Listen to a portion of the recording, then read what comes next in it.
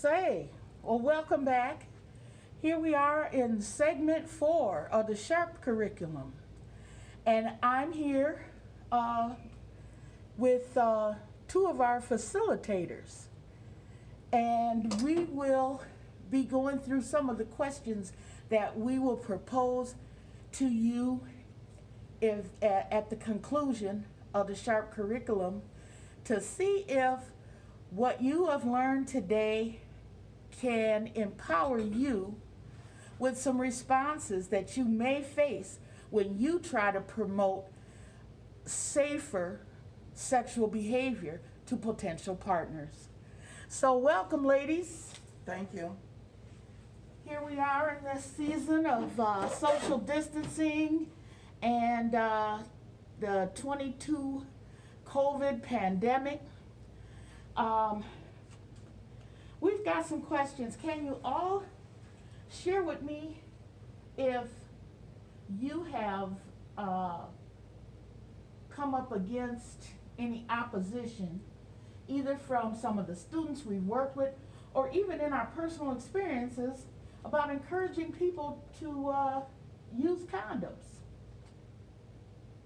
Come up against any opposition or examples of some of the students who may have had issue with accepting that condoms can reduce their risk?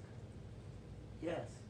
What were some of the oppositions you faced? Well, not really any opposition, but my nephew is 22 years old, and when he came to my house, I gave him a case of condoms. Yeah. He asked me, what I'm going to do with these? And I told him, figure it out. But he took them all. Okay. And to this day, he don't have any kids. Wow. Well.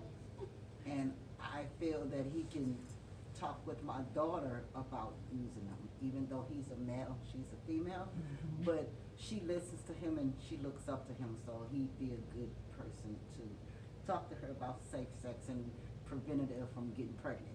Yeah, yeah. And sometimes having that male role model to empower females about talking to young men who want to be intimate is really helpful, you know, and to find out about how guys really feel. That's what I like about our Sharp curriculum, and sometimes having that co-ed group, because it gives them that versatile perspective. Yeah. What about you? Have you come up against opposition from any of your students or in real life situations?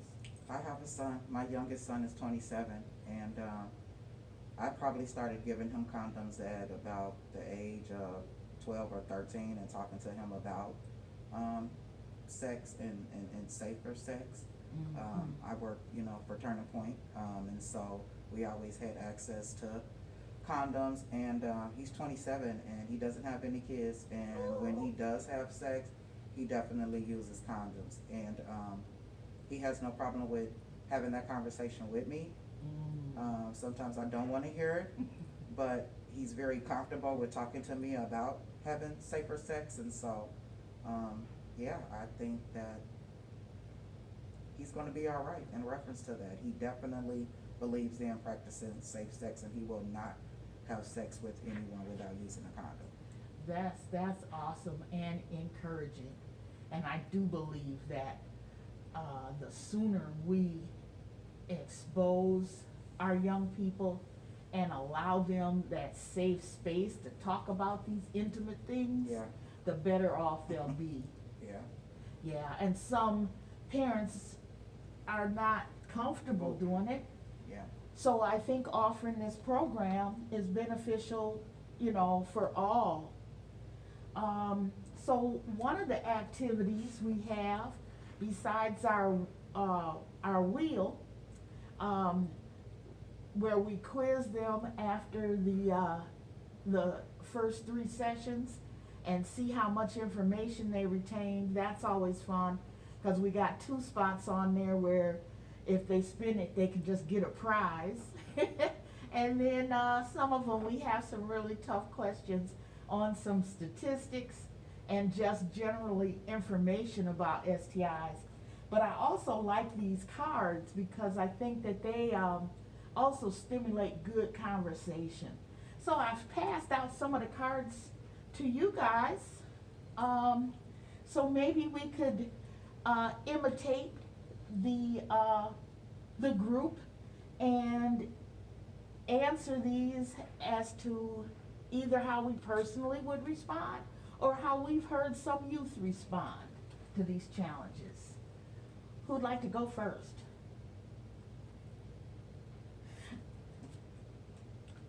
Condoms are unnatural, fake, and a total turnoff. Ooh. That's what a lot of men say, but that is not true. But if that's what they believe and that's what they feel, hey, that's what they believe and that's what they feel. And so if a young man approached you and said that when you pulled out the condom, how would you respond? Nah, you gonna use this, or we ain't doing nothing. Okay. Because not just that I can get pregnant, you can give me an STI also. So let's be safe. Well, that's just the response we hope that our young women will feel confident enough, or our young men for that matter, be confident enough to state and stand their ground. I've got one. It says, now this is a response that a young man might give. None of my other girlfriends use condoms. A real man doesn't use condoms. So what? I ain't your other girlfriend, and you must not be no real man. And first off, other girlfriends, woo! Ding, ding, ding, ding, ding. How many is other? Thank you, that's the first. Red flag. How many is other? That's First right. red flag. First red flag. The first red flag Yeah. is he's got other The girlfriends. girlfriends. And not only does he have other girlfriends, But and it's- this is not monogamous, they don't use protection. Yes, ma'am. Either. Ooh, so the answer to him is, time out. We need more time to get to know one another because for one, I'm looking for a serious relationship. And if you have other girlfriends, maybe we just need to be friends. And I don't intend to have intimate relationships with anyone without protection. So we're not ready. Or someone that I know is having sex with other girlfriends. With other people. Yeah, Woo. not comfortable with that. And a real man doesn't use condoms. Yeah, he's really on another page, so I don't see that we have anything in common. I would agree. Okay, I'll go with one of mine. You're on the pill. I don't need a condom. On the pill. You're on the pill. I don't need a condom. And my response to that would be, yes, I am on the pill, but being on the pill doesn't prevent me from getting STIs and HIV. And that's how I would respond to that. Yes. Whew, that's a good one. Because a lot of our young people really think that in the moment, all we're worried about It's getting pregnant. is getting pregnant. Yes, and they don't even think about STIs and HIV. Yeah. Hopefully, after this curriculum, they'll keep that knowing that getting pregnant is just almost kind of the least of the worries. Yeah, and getting something that you'll carry for the rest of your life. Right. You carry a baby 9 months, not the rest of your life. You raise a child for the rest of, till they're 18, but you don't carry a baby for the rest of your life. Right. You carry these things for the rest of your life if you don't protect yourself. Yeah. Good answer, and that's what your partner needs to know. Hopefully they'll invite him to come and join us for the next Sharp or Safer Choices. And hopefully that we're really comfortable enough to say these things to our partner. Yeah. That's the biggest thing, is being comfortable and aware of who you are and what you want from this relationship, if it's a relationship or just a sexual relationship or whatever encounter you're trying to have. I think within the woman is, or the young lady, is just being comfortable with being able to say those things to the person that you're possibly thinking about having sex with. Yes, indeed. Yes. Ms. Nikki, you got one over there? I won't have sex with you if you're going to use a condom. My response would be, why won't you have sex with me if I'm gonna use a condom? I'm trying to protect you and myself. It's not just about me, it's about you too. And I'm trying to prevent you from getting pregnant or getting any type of disease. And isn't that bizarre? I won't have sex with you If you use a condom. if you use a condom. Oh, but we get all kinds. That's pretty deep. Isn't that deep? Yeah. And I think at one of our discussions in the past, someone brought up the fact that there was a person who had felt scorned because they contracted HIV and had went out on a vendetta to infect as many people as they could. And to me, that brings that person to mind. Yeah. Why would anyone be salty about a person who is trying to protect themselves? You know? So that's 3 red flags and 3 alarms. And again, that goes back to us as young ladies knowing our worth. That's right, that's big, right. and that's key. And young men. And young men, absolutely. Young men need to recognize that, not that they have to take control, because there's a lot of females who want to perpetrate, some stuff, or have ulterior motives and want to get pregnant. Yes.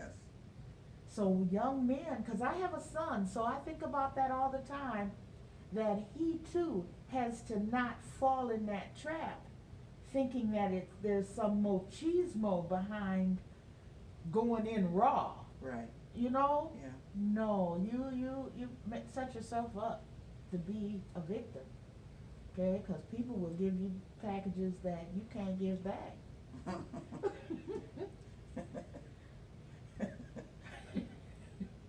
So here's my card. It says, I can't feel a thing when I wear a condom. It's like wearing a raincoat in the shower. Oh, that's a corny analogy. I remember hearing that. And again, I really think that's from lack of education.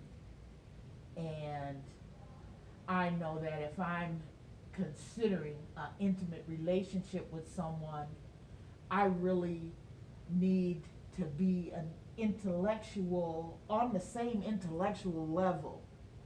And this person may have a lot of great qualities, and I can only hope that being open-minded is one of them, and that they would be willing to hear me share the information that I learned from the SHARP program with them, and that, it might help them in the future. But it's definitely, they don't seem like they're gonna be in my future very long, because that's not very wise. And I feel like they would be a high-risk individual to have sex with. And I would agree, totally. Mm-hmm. My next one is, I know I'm clean, disease-free. I haven't had sex with anyone in several months. Yeah, I've heard that one quite a bit as well. Personally and outside of being personally. But again, I would not go for that as well. I didn't go with you to find out if you was clean, So you telling me out of your own mouth that you're clean is not enough for me to decide that I wanna have sex with you without using a condom. That's just kinda it, that's all. Mm-hmm. Yeah. Yeah. Because sometimes people have something in their mind that they think that a person with an STI looks a certain way. Right, right. You know. Right. And that you could tell. Oh, I can tell if they have a disease or not. Right, You know, that's really, really Not true. Not true. Not true. If you guys remember the video that we watched earlier in the program, where that reflections video, where the young girl who was a virgin Oh, was dating that guy, that college guy who had the fancy car and always gave her all those gifts, and he was so handsome. mhm. Yeah, he didn't look like he had anything either, Yep. and seemed like just the dream date. And out of all a group of her friends and their struggles, she was the one who ended up, you know, with that lifelong challenge. You know, because people definitely can live their lives fully with the virus, you know, but it puts a whole nother layer of responsibility on you. And that young man seemed as if he didn't know, but you'll sometimes wonder if he knew that he was positive, you know, because that's a challenge. And we have some more information in our archives to share with students in the future about living with the virus. And how, and a lot of young people today, because the virus came out, in the late 70s, Mhm. early 80s, at least became common knowledge.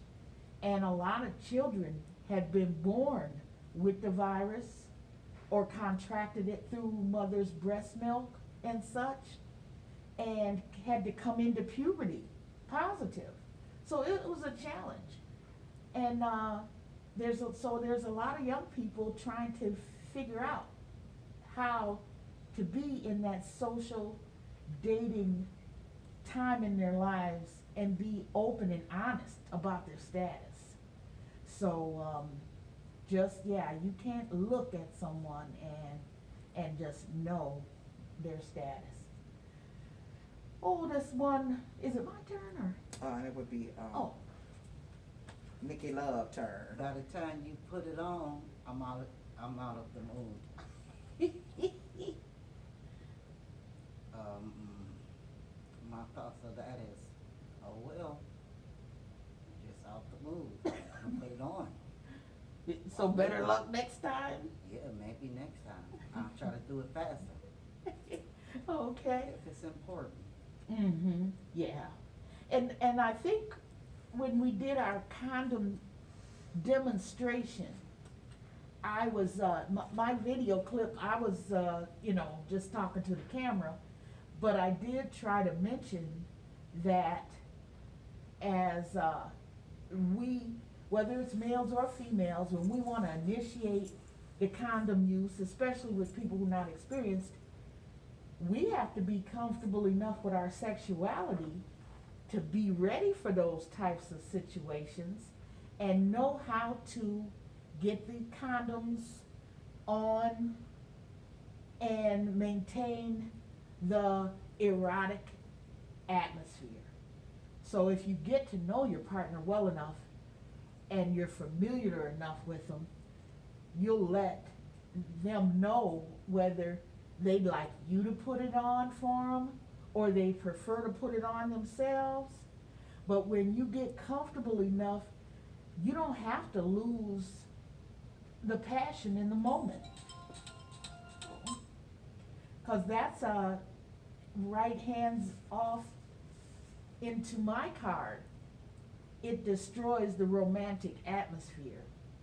So as the students get this information, they keep that in mind, and we can learn ways to keep the mood right And especially if we talk about it before we get into that situation. You have that one twice. Oh. I have that as well. You had that, yeah, because it's very common. And that's some things we have to learn. Yeah. When we're ready to have sex, these are things we should have already processed and have spent enough time with our potential partner to be able to work through those things, or maybe we're just not ready to have sex. So I think these are some pretty cool conversation stimulators. And so as we wrap up our SHARP training, I think discussion about the revisiting the passive, assertive, and aggressive conversations and communication skills,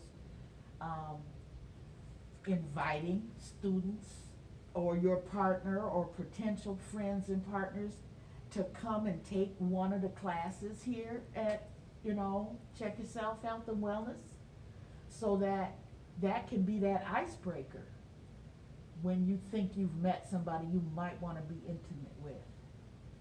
But of course, we know that the ultimate least risky behavior is abstinence. And let's hope we can convince our young people to take their time before they decide to make such a serious commitment. Yes, indeed.